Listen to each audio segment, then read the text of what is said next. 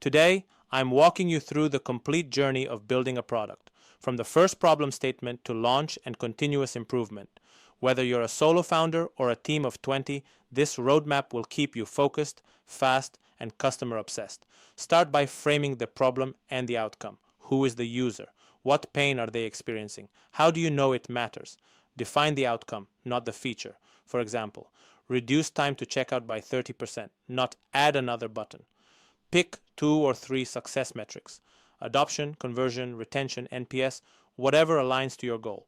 Write a one-page brief covering the problem, audience, constraints, risks, target metrics, and a 90-day view. Move into discovery research.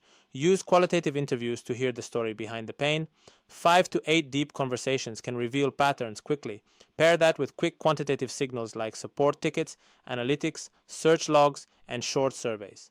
Validate that the problem affects enough users to justify the work.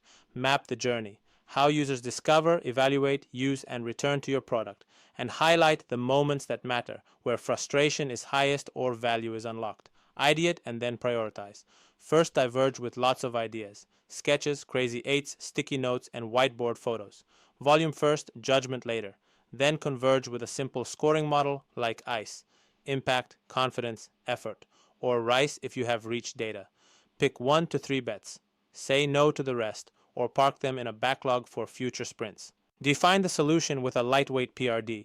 Include goals, non-goals, personas, user stories, acceptance criteria, edge cases, dependencies, and risks. Keep it human. For example, as a first-time user, I want a guided setup so I can finish in under 5 minutes. Document constraints early: security, privacy, compliance, and performance targets. Clarify what done and good mean with testable acceptance criteria. Prototype rapidly. Start low fidelity with paper, wireframes, and clickable flows to test the concept, not the pixels. Move to high fidelity when the flow feels right. Use components from your design system, real content, and accessible contrast and type.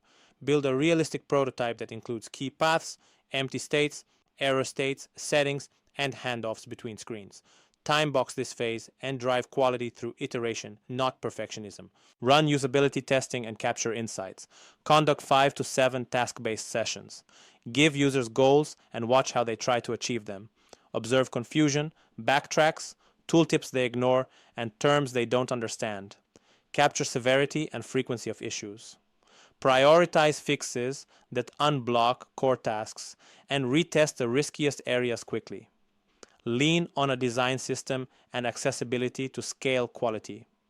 Use consistent buttons, inputs, spacing, and motion so the product is predictable, reusable, and maintainable. Bake in accessibility from the start: keyboard navigation, focus states, alt text, color contrast, and ARIA labels. Design for inclusion early because it's cheaper and the right thing to do.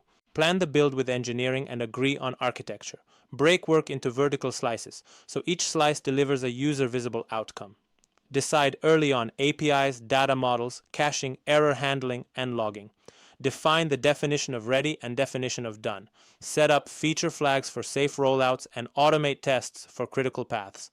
Execute with sprints, demos, and disciplined QA. Work in short 1 to 2 week sprints. Kick off with clear goals and close with a demo. Keep a visible board with to do, in progress, in review, and done, and limit work in progress to stay fast. Test early and often with unit, integration, end-to-end, and accessibility checks. Fix blocking defects before adding new scope. Instrument analytics, telemetry, and experimentation. Track key events like sign-up started, onboarding completed, first value moment, and churn drivers.